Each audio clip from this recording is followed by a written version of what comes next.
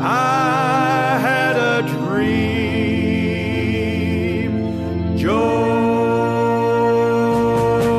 I had a dream, Joe. You were standing in the middle of an open road. I had a dream, Joe. This society of whores stuck needles in an image of me. Where did you go, Joe? If that's true of wreckage forever at the heel of your boots. Check. This is tape number 21, or Von Braun's Tears. My name is Joe Wick. These are my stories. Where did you go, Joe? On that endless, on that senseless, on that demented. I open my eyes, Joe. Your hands raised up to the sky. I'm a private eye here in these easternmost debauched and corrupted suburbs. Some said that I was a detriment to my job title. Some said I was a washed-up, drunken loser. I didn't care. After 2 years of losing myself in Mexico's worst taverns of ill repute and spending my nights in beds rented by the half hour with half-price prostitutes, I was flat broke and back in my office once again.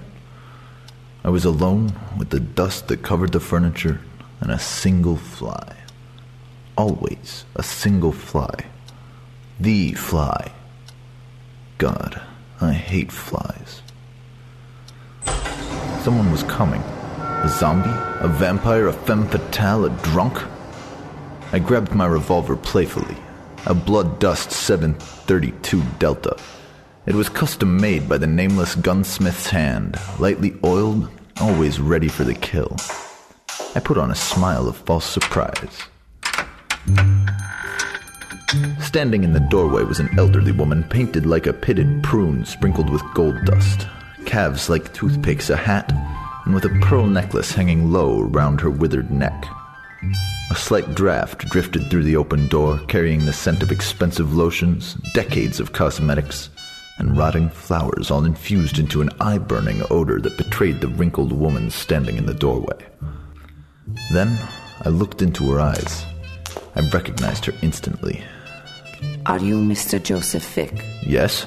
I am Mrs. Von Braun. Yes, Mrs. Von Braun, the big star, the German actress with the piercing eyes, the fateful body and the red carpets, the champagne benders and the wild flings, the aristocratic dame with the laced underwear, the diva. Now she was just another grandmother, an ancient passion trapped in shriveled flesh. I thought about how she might be in the sack and whether I'd be willing to give her a test drive if the opportunity were to present itself. But we already know my answer to that question. I have heard quite a bit about you, Mr. Wick. I want you to recover something for me. Something very valuable that I've lost. I am the second best private detective in the easternmost debauched and corrupt suburbs. If I can find Billy Buster's broken teeth and hope in the lives of others, certainly I'm the best shot you've got. All right. It was a tin-can phrase.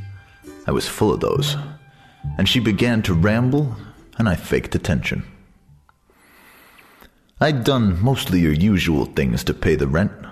Charging $5,000 to check a $5 credit report, to track the paper trail left by some rich bastard's quote-unquote lost kid out on an extended shopping spree. Hell, if I hit a dry spell, I'd head on down to the animal shelter and bust incarcerated cats out of the slammer. Those were the big gainers. Lost kittens and lost kids. It never ceased to appall me how these self-loathing primates came in with the same tearful expression, using the same stupid pet names for their children and human names for their pets. The dignity of humans and animals reduced to a lowest common denominator. But it was all the same paycheck to me. Believe it or not, half the cats I returned safe and sound didn't even belong to their owners to begin with. Just good lookalikes.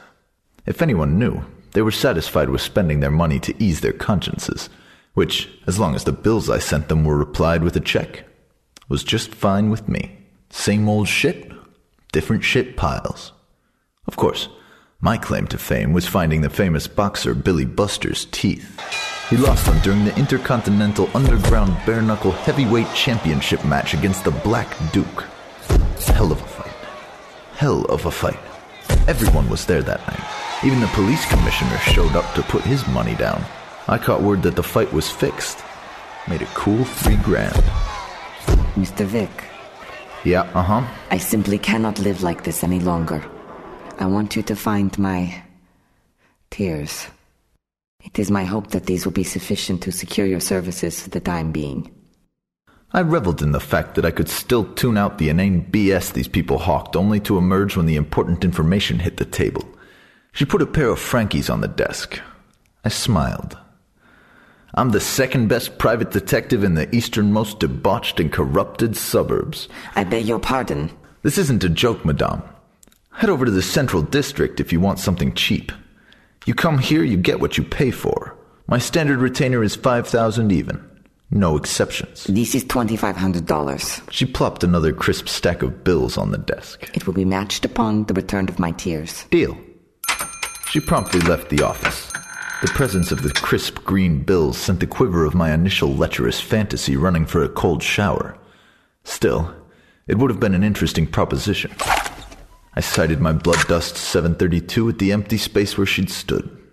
Sucker, lowlife, full of shit bourgeoisie, judgmental, Bolshevistic, needle junkie, Twinkie-mutilated, left-wing, fascist, misogynist, diva, porn store, asshole-eating, pedophile, priest. Damn it, every last one of you unjust, creeping sludge-mongers of the world. Eat my shit. Joe Wick is back. Joe Wick is back. Back, you motherfuckers. Eat my shit. At this very moment, that goddamn fly landed right on my nose. Phone message said, can't get what's left from your home. It's all stacked and packed, set on a curb all alone. Don't try to get in, locks are changed, no one's home. Call here again. The likes of you aren't welcome anymore.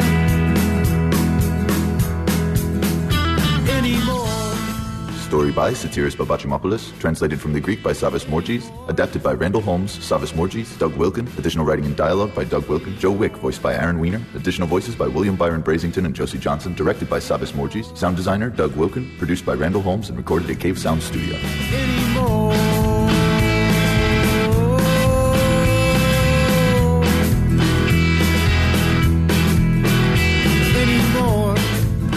This has been a Lightly Toasted Butterfly production. Stretched too thin, nowhere left to go.